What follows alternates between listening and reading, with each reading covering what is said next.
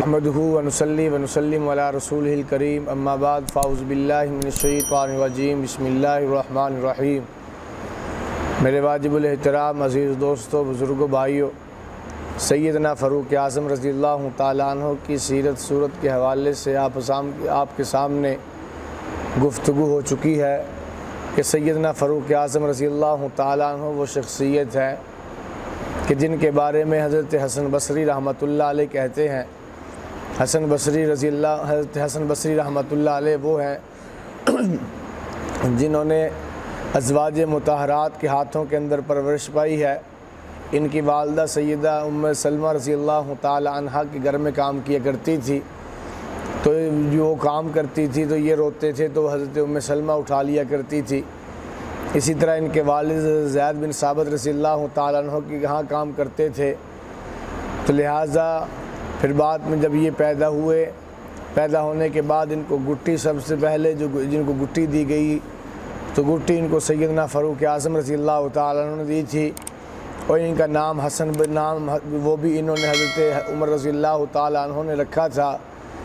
تو حضرت حسن بصری رحمۃ اللہ علیہ فرمایا کرتے ہیں کہ اگر تم چاہتے ہو کہ تمہارا ایمان بڑھے اور تمہاری محفل کے اندر ایمان تمہارا زیادہ ہو، فرمایا اپنے ایمان کو بنانے کے لیے اپنی محفلوں کے اندر جو ہے حضرت سیدنا فاروق اعظم رضی اللہ تعالیٰ عنہ کا تذکرہ کیا کرو۔ عمر کے تذکرہ کرنے سے ایمان بڑا کرتا ہے۔ سیدنا فاروق اعظم رضی اللہ تعالیٰ عنہ پیغمبر علیہ الصلوۃ والسلام کی سیرت صورت کے اتنے متبع تھے اور اتنی حضور علیہ الصلوۃ والسلام سے محبت تھی کہ جس کی مثال پیش کرنا بڑی مشکل ہے۔ ایک مرتبہ حضرت فاروق اعظم رضی اللہ تعالیٰ عنہ مسجد کے اندر تشریف لا رہے تھے، تو راستے کے اندر بارش وغیرہ ہوئی تھی۔ بارش کی وجہ سے راستے سے جو ہے وہ ایک مکان کے پر نالے سے پانی گر رہا تھا، جو آنے والے راستے کے اندر گزرنے والوں کے اوپر جو ہے ان کے کپڑے گندے ہو رہے تھے۔ تو حضرت عمر فاروق رضی اللہ تعالیٰ نے فرمایا یہ پر نالہ کس کا ہے؟ بتایا گیا کہ یہ حضرت عباس رضی اللہ تعالیٰ عنہ کا ہے۔ حضرت عمر فاروق رضی اللہ تعالیٰ نے فرمایا عباس کہاں ہے؟ کہا وہ تو سفر پہ گئے ہیں۔ حضرت عمر نے فرمایا یہ پر نالہ یہاں سے اتار کے دوسری طرف کرو، یہاں راستے کے اندر گزرنے والوں کو تکلیف ہوتی ہے۔ پر نالہ اکھاڑ دیا گیا۔ جب پر نالہ اکھاڑ دیا گیا، حضرت عباس رضی اللہ تعالیٰ عنہ سفر سے واپس آئے، آ کر انہوں نے دیکھا کہ ان کے گھر کا پر نالہ جو ہے وہ اتارا ہوا۔ پوچھا یہ کس نے اتار کے سائڈ پہ کیا؟ کہا امیر المومنین عمر فاروق نے یہ اس طرح کیا ہے۔ حضرت عباس رضی اللہ تعالیٰ عنہ فرمایا اس وقت کے جو جج تھے، قاضی تھے، حضرت ابی بن کعب تھے، ان کے سامنے جا کر کہا کہ عمر نے میرے گھر کا پر نالہ اتارا ہے، لہٰذا مجھے انصاف دیا جائے۔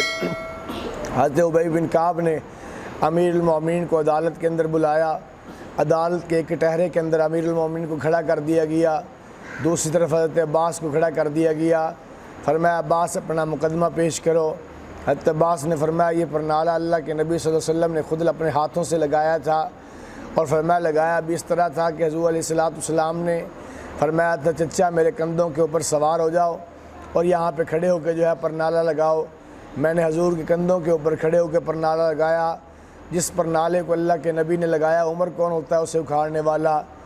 اتنی بات سنی حضرت عمر رضی اللہ تعالیٰ کے جسم پہ کپ کپی طاری ہو گئی کہ اللہ کے نبی صلی اللہ علیہ وسلم نے لگایا تھا۔ تو جج نے اس وقت کے قاضی نے کہا تمہارے پاس اس بات کا گواہ ہے کہ یہ اللہ کے نبی صلی اللہ علیہ وسلم نے لگوایا تھا؟ حضرت عباس نے فرمایا فلاں آدمی گواہ ہے۔ تو حضرت عمر رضی اللہ تعالیٰ عنہ سے وقت کے قاضی نے کہا عمر اب اس کی سزا تم خود متعین کرتے ہو یا میں متعین کروں؟ حضرت فاروق اعظم رضی اللہ تعالیٰ فرمایا اس کی سزا میں خود یہی متعین کرتا ہوں کہ فرمایا پر نالہ میں خود اکھاڑتا ہوں وہاں سے، اور اکھاڑنے کے بعد فرمایا کہ میں حضرت عباس کو کہتا ہوں کہ میرے کندھوں پہ سوار ہو جائیں، اور سوار ہو کے وہیں پہ ویسے ہی پر نالہ لگائیں جس طرح اللہ کے نبی کے کندھوں پہ سوار ہو کے انہوں نے پر نالہ لگایا تھا۔ وقت کے قاضی نے پوچھا کہ عباس یہ شرط منظور ہے؟ کہا جی بالکل منظور ہے۔ حضرت عباس رضی اللہ تعالیٰ عنہ آئے، حضرت فاروق اعظم رضی اللہ تعالیٰ نیچے بیٹھے، حضرت عباس ان کے کندھوں کے اوپر چڑھے، پھر اوپر کھڑے ہو کر حضرت عمر نیچے سے گارا بھی اوپر پکڑا رہے ہیں۔ اب وہ گارے سے پر نالہ لگا رہے ہیں، عمر نیچے گردن جھکا کے کھڑا ہے، ادھر جو ہے پر نالہ لگ رہا ہے۔ پر نالہ لگاتے ہوئے مٹی گرتی ہے اوپر سے پانی گرتا ہے، وہ پانی عمر کے چہرے کے اوپر، عمر کی داڑھی کے اوپر وہ گارا پڑ رہا ہے۔ عمر ایسے کھڑے ہوئے ہیں خاموشی سے، پر نالہ مکمل ہوا۔ حضرت عباس نیچے اتر آ کر فرمایا کہ عمر تجھے تکلیف دینا مقصود نہیں تھی، میں بتانا چاہتا تھا کہ عمر کتنا بڑا عادل ہے، میں ان لوگوں کو جو ہے تیرا کردار اور تیری صفات بتانا چاہتا تھا۔ فرمایا عمر یہ تیرا معاملہ دیکھ کر کے یہ مکان میں تجھے دیتا ہوں، یہ مکان مسجد نبوی کے اندر شامل کر لو۔ تو لہٰذا پھر وہ مکان مسجد نبوی کے اندر شامل کر دیا گیا۔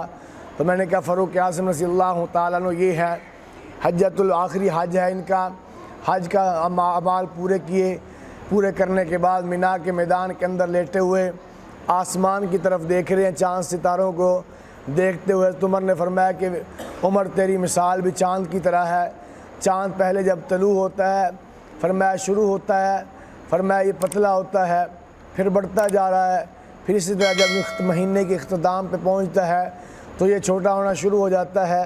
فرمایا عمر تیری بھی بچپن تھا، پھر لڑکپن جوانی آیا، اب تیرے اوپر بڑھاپا چھاتا جا رہا ہے۔ پھر اسی طرح فاروق اعظم رضی اللہ تعالیٰ نے خواب دیکھا کہ مجھے کسی مرغ نے جو ہے وہ 3 چونچیں ماری ہیں اور اس سے خون نکلا۔ اس کی تعبیر بھی فاروق اعظم نے کہا مجھے لگتا ہے میرا وقت پورا ہو گیا۔ فرمایا کہ پھر بعد میں حضرت فاروق اعظم رضی اللہ تعالیٰ عنہ کے پاس حضرت مغیرہ بن شعبہ رضی اللہ تعالیٰ عنہ کا ایک غلام تھا جس کا نام ابو لولو فیروز مجوسی تھا۔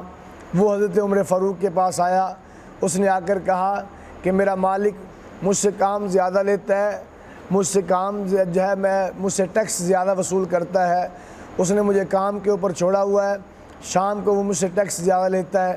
فاروق اعظم نے فرمایا تو کام کیا کرتا ہے؟ اس نے کہا میں چکیاں بناتا ہوں۔ فرمایا کہ یہاں پر صرف تو ایک ہی چکیاں بنانے والا ہے، تیرے پاس کام زیادہ ہے، لہٰذا اجرت اتنی ٹیکس تیرے اوپر نہیں ہے، میں ان کو نہیں کہوں گا تو سے ٹیکس کم لے۔ اب اس نے جو ہے پھر جاتے ہوئے فاروق اعظم نے کہا ایک چکی میرے لیے بھی بنا دے۔ اس نے آگے جاتے ہوئے کہا کہ ایسی چکی بنا کے دوں گا کہ تم یاد رکھو گے۔ فاروق اعظم نے ساتھیوں سے کہا یہ مجھے قتل کی دھمکی دے کے گیا، انہوں نے کہا اسے پکڑ لیتے ہیں۔ فرمایا نہیں، جب اس نے جرم ابھی کیا ہی نہیں ہے اس سے پہلے سزا کس بات کی؟ تو لہٰذا فاروق اعظم رضی اللہ تعالیٰ نے کچھ نہ کہا۔ پھر فاروق اعظم مکہ سے مدینہ آئے، مدینہ منورہ کے اندر آ کر سیدنا فاروق اعظم کی عادت یہ تھی صبح نماز کے لیے جاتے تو لوگوں کو آواز دیتے جاتے تھے الصلاۃ الصلاۃ الصلاۃ، یوں کہتے آواز لگاتے جاتے تھے۔ اور پھر فجر کی نماز فاروق اعظم لمبی پڑھایا کرتے تھے، اندھیرے کے اندر قرات شروع کرتے تھے، اس طرح اجالا ہو جاتا تھا، اتنی لمبی قرات کرتے تھے۔ تو وہ جو ہے ابو لولو فیروز مجوسی وہ چھپ کے بیٹھا ہوا تھا محراب کے اندر۔ جیسے سیدنا فاروق اعظم نے قرات شروع کی وہ آگے سے نکلا، اس نے 3 مرتبہ خنجر، 2 دھاری خنجر تھا، وہ خنجر ایسا اس نے زہر کے اندر بھگو کے رکھا ہوا تھا، وہ خنجر اس نے مارا۔ فرمایا 3 بار کیے، فاروق اعظم زمین پہ گرے، حضرت عبد الرحمن بن عوف آگے بڑھے، انہوں نے آگے نماز مکمل کی۔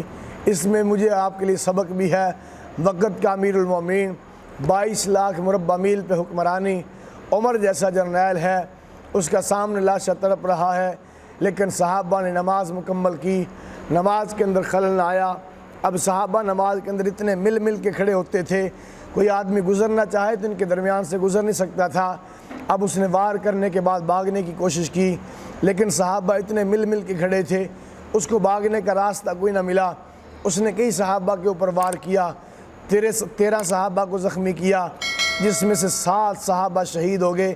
صحابہ نے نماز مکمل کی، نماز مکمل کرنے کے بعد ایک صحابی نے اس کے اوپر کمبل پھینکا، وہ نیچے گرا، کمبل کے نیچے آ گیا۔ اس نے جب دیکھا اب تو میں پکڑا جاؤں گا، اس نے اپنا خنجر لے کے اپنے آپ کو مارنا شروع کر دیا۔ یہ سزا ہے عمر کے دشمن کی کہ وہ اپنے آپ کو مارتا ہے، قیامت تک مارتا رہے گا۔ اس نے خنجر وہی اپنے آپ کو مارا۔ اس کے اندر ہو سکتا ہے کوئی اور حکمت بھی ہو کہ جناب علی کوئی ایسا راز اس نے کہا میں اگل نہ دوں، وہ فاش نہ ہو جائے، اس لیے وہ راز اپنے اندر ہی لے کر کے مر گیا۔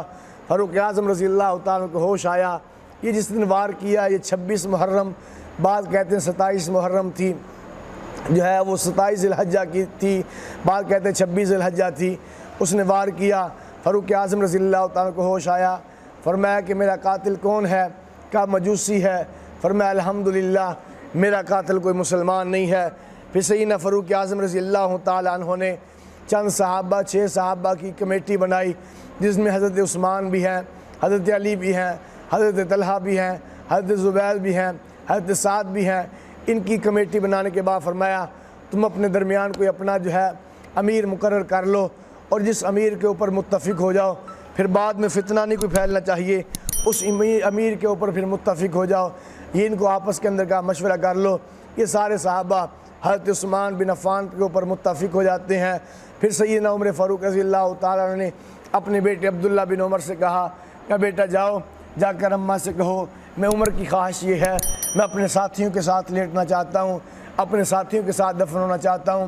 حضرت عبداللہ بن عمر حضرت عائشہ کے پاس گئے، انہوں نے فرمایا یہ جگہ تو میں نے اپنے لیے رکھی تھی، لیکن اگر آج عمر کہتا ہے، عمر کے احسانات ہیں کہ جس وقت میرے اوپر تہمت لگی تھی، زمین کے اوپر سوائے عمر کے میری کسی نے صفائی پیش نہ کی تھی، عمر کو وہ حوالے کرتی ہوں، آ جائیں۔ حضرت عبداللہ بن عمر نے آ کے خوشخبری سنائی۔ حضرت عمر نے فرمایا جس وقت میں شہید ہو جاؤں، فرمایا میری روح نکل جائے، اس کے بعد ایک مرتبہ پھر پوچھنا، اگر اجازت مل جائے تو دفن کر دینا، اگر اجازت نہ ملے تو مجھے عام مسلمانوں کے ساتھ دفن کر دینا۔ تو فرمایا سیدنا فاروق اعظم رضی اللہ تعالیٰ عنہ کا انتقال 1 محرم کی رات کو ہوا تھا، 1 محرم کی رات کو ان کا انتقال ہو گیا۔ اسی لیے جو ہے 1 محرم کو سیدنا فاروق اعظم رضی اللہ تعالیٰ عنہ کی شہادت کا دن جو ہے منایا جاتا ہے، اور 10 محرم کو سیدنا امام حسین رضی اللہ تعالیٰ عنہ کی شہادت کا دن ہے۔ تو یہ وہ اسلام کا ابھرتا ہوا جس کی وجہ سے اسلام کو عزت ملی تھی، آج وہ 1 محرم کو وہ دنیا سے پردہ فرما گیا۔